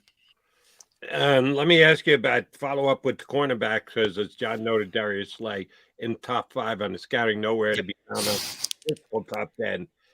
Surprising, James Bradbury did not make the top 10 statistically either. And one stat we continue to hear about, Reed, the lowest quarterback rating against him, passes that came his way in the National Football League. What stat analysis, what metric are you using that says, yeah, Bradbury's still not in our top 10 as far as stats go? Yeah, so for what it's worth, he ended up like 13th. So we're not talking about a huge difference here. The primary metric that we use is something that I've created called total points, which is basically our sort of answer to like wins above replacement type concept, but in football. So taking all of the different charting data that we collect and putting everything that players do, all the 22 players, and kind of putting it into the same currency, the same point scheme, and relating that to points on the scoreboard, basically saying, the air yards on this throw are worth this many points on average, but he didn't allow that completion, so he gets a little bit of credit there. Interceptions are worth a whole bunch of points, and that kind of thing. And by that metric, Bradbury over the last 3 years has been in the top 15 or so, and actually that's where Slay ends up dropping off. He ends up being in the 70th range, and to be honest, so this is the tough thing when it comes to evaluating corners, as I was saying before, like individual plays have a big impact. And so Slay, for example, had 4 dropped interceptions last year, and those are pass breakups, and so that's a good play in general, but it also is leaving a decent amount of value on the field. And so like if you think about it, that lost opportunity is a huge debit at least in the system that we're evaluating here. And so those are 4 plays that have a huge impact. The other thing that was true for Slay, and probably honestly is true for any of the Eagles defensive backs, is that the front 4 that's getting all this pressure makes their jobs easier. Yeah. And so you have, like, I think Slay's half of Slay's interceptions, dropped interceptions, pass breakups, whatever, were when the quarterback was under pressure. And the Eagles get pressure a decent amount, but they don't get pressure, more than half the time. So that also has an impact, at least in how we evaluate the players. Now, with Slay, the marquee game was early in the season against Justin Jefferson. Now, to your point, he dropped a couple of interceptions he probably should have had in that game. Now, I also brought up at the time, the officials let him play that day. So so I hear what you're saying as far as, that could be a shift and he's got a pass breakup instead of an interception. But if that was a different day in a different stadium with a different officiating crew, he also might have gotten 3 or 4 penalties. Yeah. So how do you kind of bake that into the statistical analysis? Because, boy, that's an outlier. Yeah, we're not accounting for everything, and we're not accounting, and part of that is availability of information. For what it's worth, the officiating crew is something that we could potentially build in, although it's tough because you only have so many penalties that get called and the officiating crews rotate around and all that kind of stuff over the course of years. Like, in order to feel really confident that that you can use that information to your advantage, you'd have to have a really strong differentiation between one crew and the other. So that in that situation, it's tough to build it. And particularly as you're saying, like on a given day, that's really tough to build in. Yeah. That's hard to evaluate. In terms of the Justin Jefferson thing, that is something that we've considered, is having some kind of like quality of opponent adjustment. And the tough thing is that you get into this sort of like cyclical thing of like, that the same thing should be true for Jefferson as well, right? Jefferson's lining up against Slay. And so, right. So trying to figure out how to balance those factors is pretty difficult. And so we kind of let it be. And then you can potentially use the data in some other way and slice it up and say, okay, against top flight receivers, Slay was doing this, and against lesser receivers, he was doing that. And actually our friends at Football Outsiders, who we provide a lot of data for, they have used in the past for years this idea of like performance against number 1 wide receivers, performance against number 2 wide receivers, etc. All right, you with the way you described Slay and certain of his games, it made me think of another Eagle I want to ask you about with debits of missing out on opportunities. Yeah, John and I, it's so funny. After we booked, I just happened to ask John about yesterday. Do you think Devontae Smith has broken into the top 10 wide receivers in the league? And as per you stat guys, you got Devontae at number 10. The scouts don't. He's just outside. You got him at number 10, and I think I'm at number 10. So I'm with you guys on this one. Quez Watkins. Before we get to Devontae, Quez left some plays on the field last year. I gotta believe if that is something that's a debit, that's gonna drop Quez down pretty significantly. He's Eagles' 3rd wide receiver. Every pit he's got 3, so we know that the rankings aren't going to be great to begin with. How far down is Quez? How many points does he lose because got his hands on the ball, couldn't make the play, dropped the ball, big fumble? Quez had some of those turn the game around in the other team's favor plays last year. Where do you have Quez ranked?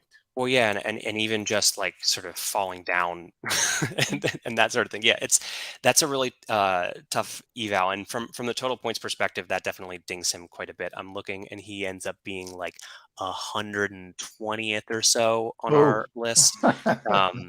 And that includes some players who have only a handful of plays. So like he might be 100th or something if you cut out people who haven't played very much. But yeah, it's definitely a really extreme. I have to assume that it's as extreme a difference as any team in the league between that number 2 and that number 3. Yeah.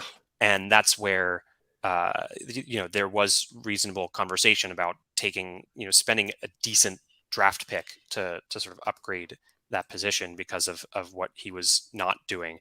And of course, we know that hands can be fluky, and he could come back next year and have no drops and be a lot more reliable. But like, I'm not banking on it.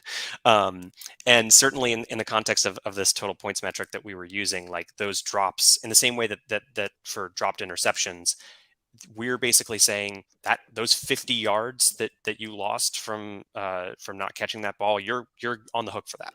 And in the reverse sense, like Jalen Hurts, we're not punishing at all. We're saying like, you got the ball there, you get the credit, and Quez takes the blame.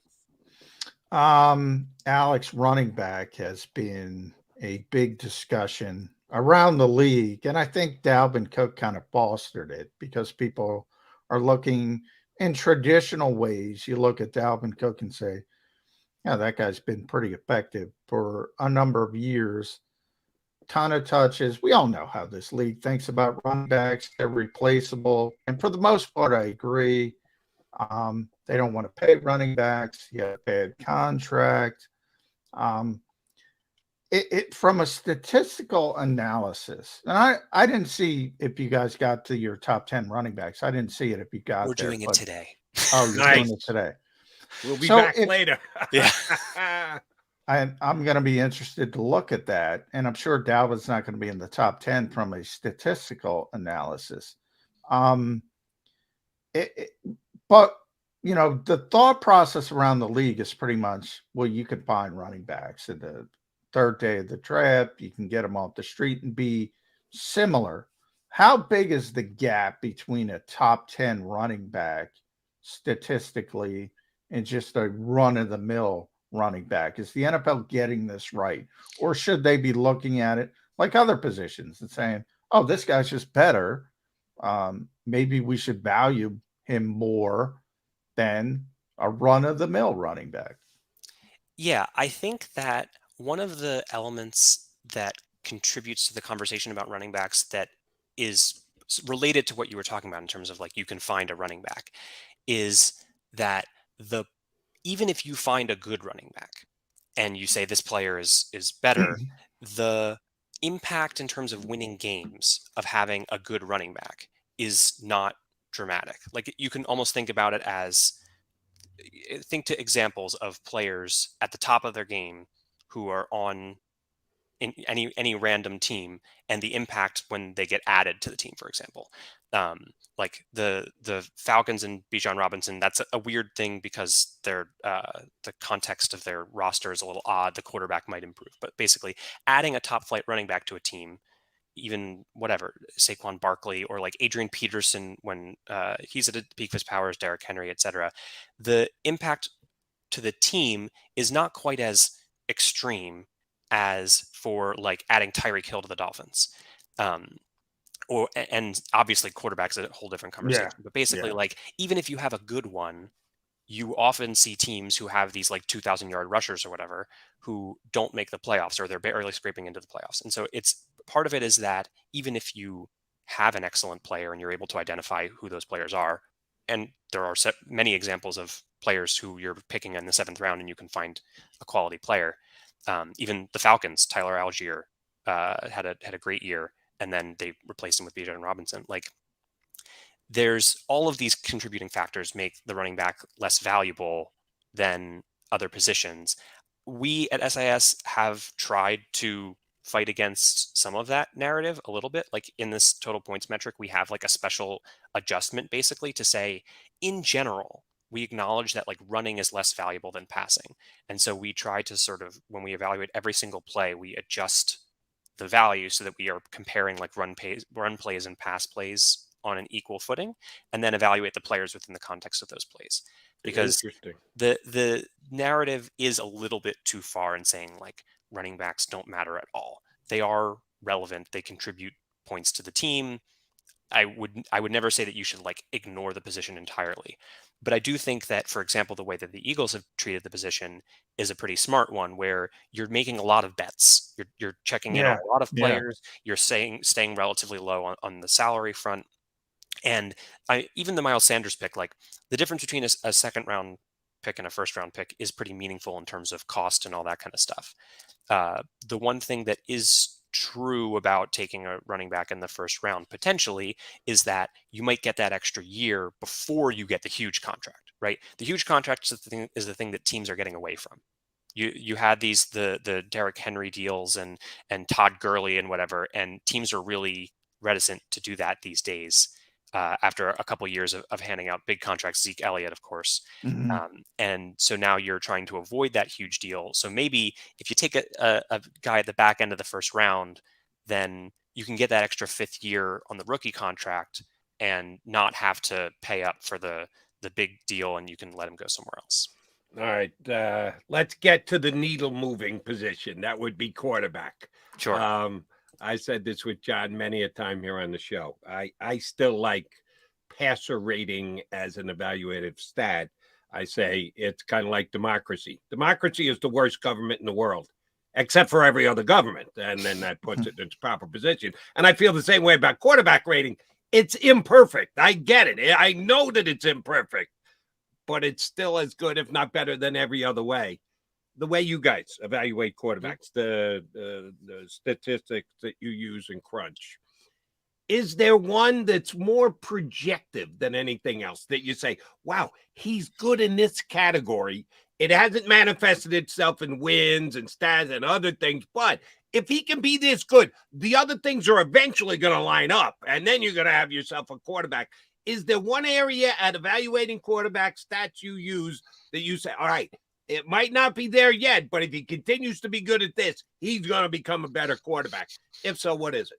Yeah, so I'll sort of take a bridge first from quarterback rating. So we have a metric that we've had for years called independent quarterback rating, which is basically taking elements that are under the quarterback's control and also isolating plays where the quarterback is sort of like trying. We're getting rid of throwaways and spikes and that kind of thing, but we're also saying, was the throw accurate? Did the receiver drop the pass, and therefore we should give the quarterback credit? So a lot of little adjustments, taking the same quarterback rating formula and making some adjustments just to sort of like isolate the things that are under the quarterback's control and on plays where the quarterback is really like trying to complete the pass. For what it's worth, Jalen Hurts was second to Patrick Mahomes in that metric last year. But to me, the thing that I would look for is accuracy. So we measure, overthrown, underthrown, in front, behind as potential inaccurate throws. But if you hit on the money, that's really as valuable as anything. And we're actually learning through guys like Josh Allen and Jalen Hurts that accuracy is something that you can sort of develop over time. Right. Whereas we kind of thought for a long time that was something that you needed coming out of college. You needed to be an accurate thrower, and then you can work on the other stuff from there. So I really feel like accuracy is as important as anything. And also it gets rid of a lot of the noise, right? Whatever happens with the receivers in terms of catching the ball, whatever happens with the receivers in terms of running after the catch, like all of those elements are removed if I'm able to measure, can he get the ball where he needs to and get there on time? And probably the other thing would be we track things like how many steps did the quarterback drop back, and how does that affect the timing of the play and when the ball should get out. And so if we isolate plays that are sort of like on time, when the ball's getting out, basically right at the top of the drop, that sort of thing, as opposed to those scramble drill type plays where, yes, Carson Wentz did all kinds of stuff in 2017, and that was not something that he was able to repeat after that point. And so you can only bank on those kinds of plays so much. They get really swingy. And so being able to be accurate and consistent in the sort of on-time plays is also pretty important. Okay, big picture question for you, Alex, and the fact that what you guys do, and obviously you're not a front office, so you don't have to come to a conclusion. Mm-hmm. But you have the interesting setup, and you have, Matt, and you kind of handle, as you mentioned, the statistical analytical part of it, your total points methodology. Do you sort of, when you're coming up with your formulas and your methodologies, do you tap into Matt and say, hey, what are you guys on the scouting side? What are you looking for? Does that help you? Is that how you go about it? Or do you just say, all right, I got all this data and I'm looking at successful players and I'm trying to, maybe work backwards, but what made this guy successful and what can we generate from his success to project or predict the next successful player? How does it mesh? Because I think when you're in a front office and it comes down to Howie Roseman, Howie's got to make a decision. He might get something from Alec Hallaby versus Brandon Hunt, scouting guy, and say, all right, I got to make a decision. And this might be not even like A.J. Brown. I gave the A.J. Brown explanation, 4 and 5. All right, that's pretty easy. Everybody agrees. Darius Slay, not everybody agrees. In the draft, if you had that kind of disconnect, Howie's got to make a decision. Do you guys sort of work that way, or is that, out of the realm of what you do? Yeah, I mean, you're right that we don't have to make any decisions, and that's why I like being neutral. And I think so in terms of the working backwards idea, I find that it's useful in some extreme cases, like when we were building total points, we acknowledged that like right after Todd Gurley had a huge season, we were giving him a huge negative value because he was involved in running plays. And we looked at a list and we said, well, that player should be higher. As a starting point, that's a good way of thinking about it. But as like a fundamental framework, that's a difficult thing to do because oftentimes a big point of doing analytics is to be able to identify things that the eyes can't see. And so we're using every play, the data about every play, and whereas our eyes can be tricked by big plays, what we remember, all that kind of stuff. And so as a starting point to say, maybe we're evaluating things a little differently. Maybe we should be looking for this particular characteristic of the data to try and help us inform how we evaluate a player. That stuff is useful, but I wouldn't want to drive our entire methodology by saying Saquon Barkley is poorly rated on this metric. It must be a bad metric. There are things to be learned from the underlying data that is difficult to observe when you're watching. All right. Last thing for you, Alex, and we appreciate you jumping on board. We went through a couple of the different positions and how you guys measure it and the metrics that you use. And here's what the Eagle fans want to know. Team metrics. Add them all together. Put all the positions in one hat. Shake them up. What do they come out to? Where does your team rankings, if you haven't done this yet on the site, then we're asking you to divulge a little, or you at least got a hint for us. Where did the Eagles' total team rankings, metrics, readouts come heading into the 2023 season against the other 31 squads in the NFL? So the unfortunate answer is we haven't done it yet. You haven't done it. Damn it. Damn, you should have told Manacharian should have told me. Yeah, you can get Alex on, but wait 2 weeks because then he'll have the rankings of all the teams. Well, give us a little bit of a hint is all I'm asking. Are they a legitimate Super Bowl contender in your metrics eyes? Yeah, so for what it's worth, Matt's right in the sense that we are working on it. Okay. And it's something that we haven't really done in the past, where in the past we were trying to evaluate by saying, how well did this team do over the last 8 weeks with some recent performance and maybe some opponent adjustments and whatever. But we are building a version of this that takes into account every player on the depth chart and saying, like, okay, we expect these players to play this amount of snaps and how good are those players and that sort of thing. And for what it's worth, in 2022, this is not a projection. This is using the 2022 roster, but the Eagles were number 2 in the NFL. And the biggest question is, how much does the change on the defensive side affect things and the difference in personnel? And I think that the good news is that in general, projecting offense is more reliable than projecting defense. So even if you had run it back with the exact same roster, you probably wouldn't have gotten the same result on the defensive side. Mm-hmm. So the fact that the offense was number 2 is more useful in general. And then also we have, there's a lot more consistency in terms of the Eagles offense than the Eagles defense. And the other element that I think is just tough to evaluate is with all the coaching staff changes, there are a lot of schematic elements that might contribute to how well the team performs in the context of the teams they're playing and game planning and all that kind of stuff. And that's really tough to evaluate. All right, Alex, you have successfully talked yourself back into a return appearance here on Birds 365. We're going to get you back on again when you get the overall rankings heading into the season. We're going to do that. Yeah. And John, if you want to add one to this, feel free. Individual guys, I'm going to ask you kind of like I did with Quez. What was Quez again? Like 145? Something like that. Not good, Quez.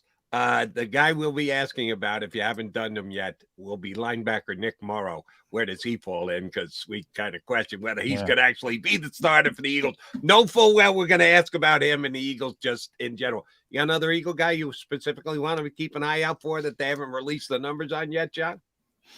I am interested to see how high Dallas Goedert is, because I think Dallas Goedert is a heck of a player, but obviously missed those 5 games. So I'm interested to see where he is and if the scouts and the stats agree.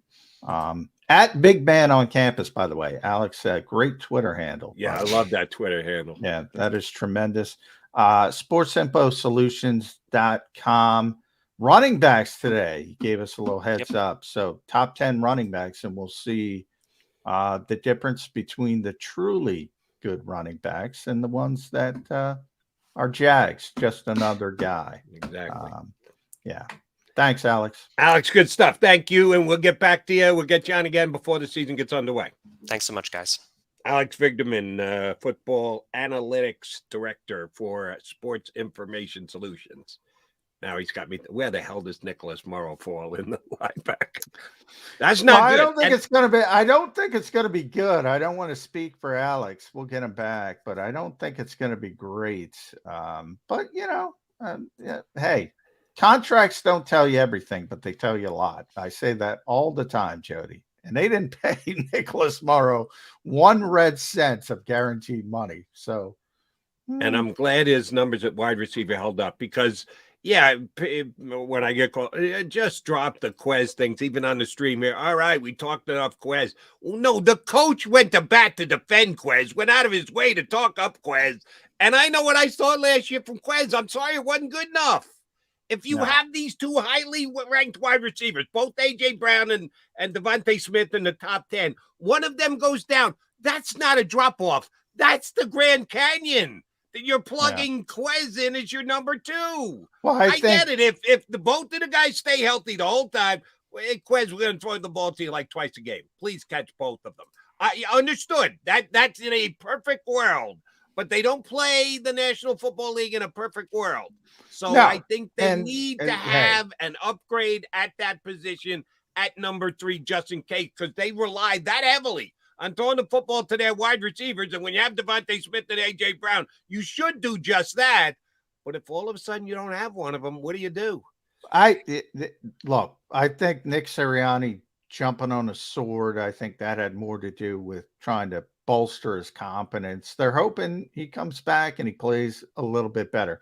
They know he needs to be better. They know. Will he be better? I don't. What do you cross your fingers or do you upgrade the position, John? I don't think he's good enough to be a number 3 wide receiver in this league. But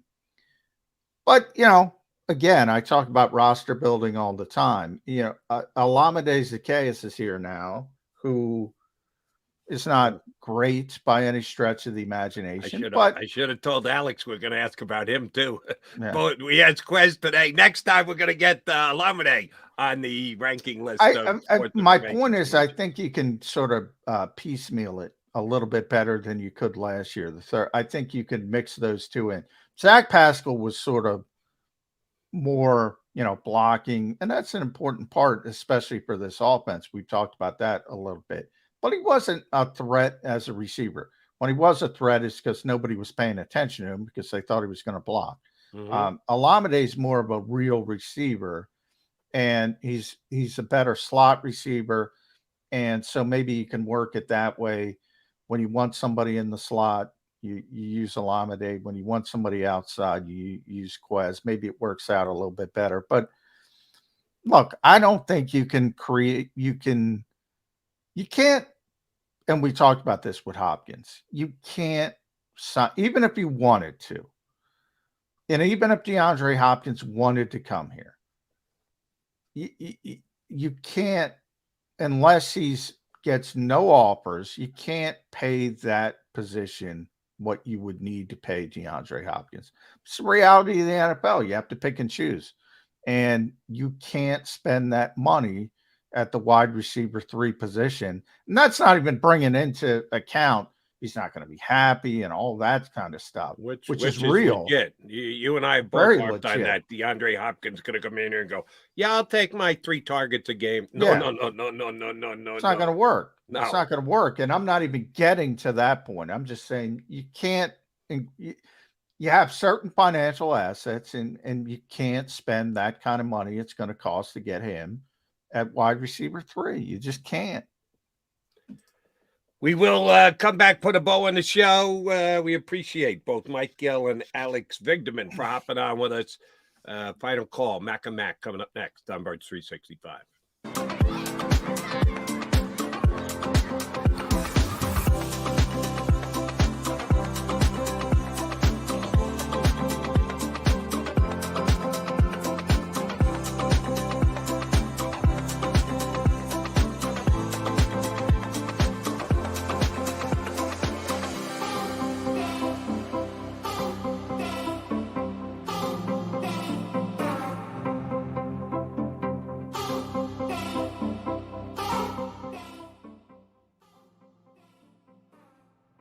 Heading down the shore. Have a ball once more. Here, imaginations run wild and time stands still. Because here, you can find the best of the Jersey Shore, all on one 5-mile island. So leave the old you behind and get lost in the woods. Wild, wild, wildwood days.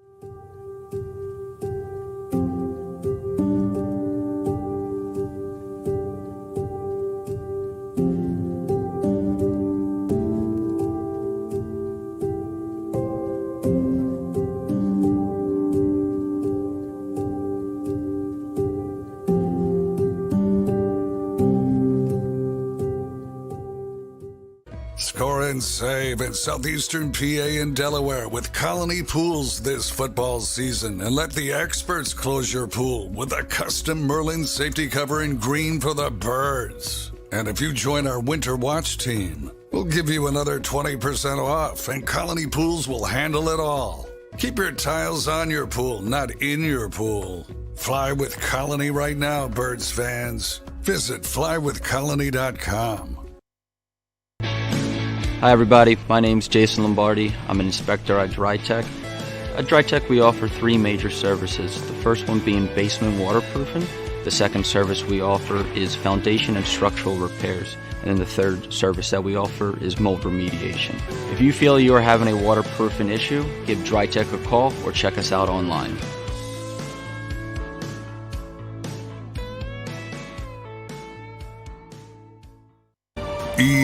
EAGLES, Eagles.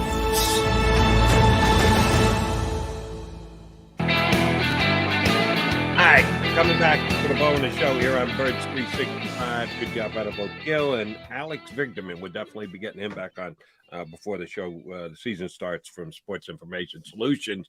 Tomorrow, I know we got Johnny Stolnis joining us from Bleeding Green Nation, and I got to go back and check his tweets. If I remember correctly off the top of my head, he's a uniform guy. Is he? We have not gone down the road of the Kelly Green yet, because Johnny Jeff Kerr's a uniform guy. He is. He's my uniform beat guy. Kerr does do deep dive research on stuff like that. I don't know why, but I think Stolnis is not as big as Kerr, but I think he's a guy who does care about the uniforms and the like. So I have been checking it out.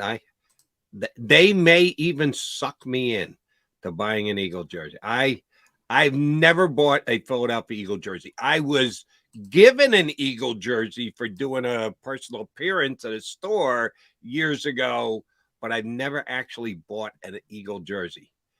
The Kelly green color they've got this year, Mesa. And you want to know something, Johnny Mac? Hertz is going to sell a lot of jerseys. It's that perfect storm of likable color, throwback, good young player, locked up for years, because a lot of people make their decision on jersey buying because of that. They don't want to buy a guy who's going to come in, play that year, and then be gone the year after. Well, I always say, if you're a jersey guy, buy a throwback. Buy a Reggie White, buy a Chuck Bednarik. Those will never go out of style. That would be my advice. I'm not a jersey guy. Right. Many times I've been asked. People want to rep right here, right now. As great as Reggie White and Chuck Bednarik will be, doesn't matter. Doesn't have anything to do with the 2023 Eagles. You're gambling. You got to have somebody on the team right now. I know a lot of people think that way, but they want to think 2023, 2024, 2025. They want to have at least some safety net years going forward. I'm telling you, Hertz, they're going to sell a ton of those. How many dusty Jalen Reagor jerseys are there in closets around the Delaware Valley? Shame on those people who didn't check Sports Information Solutions ahead of time when the Eagles drafted him and said, Yeah, no, they kind of botched it. I'm old school, Jody. Now, people have tried to get me to wear Eagles jerseys at remotes. Ain't happening. Ain't happening. Ain't happening. All right. They may get me with this Kelly Green one. But, all right, brother, I say we do this again tomorrow. Like I said, John Stolz will be on. We'll work on our other guests. Are you in for tomorrow? Let's do it. McMullen and McDonald right back here on the JAKIB Media YouTube channel. Birds 365 in 2 and 2. You've been listening to Birds 365, the destination for the passionate Eagles football fan who bleeds green. If it's Eagles football, we're talking about it. Debate, inside the locker room, and guests that are some of the greatest football minds from around the region. We hope you enjoyed the show. We know we had a blast. Make sure to like, comment, and subscribe, and we'll be back soon. But in the meantime, hook up with us on social media at JAKIB Sports. See you next time on Birds 365.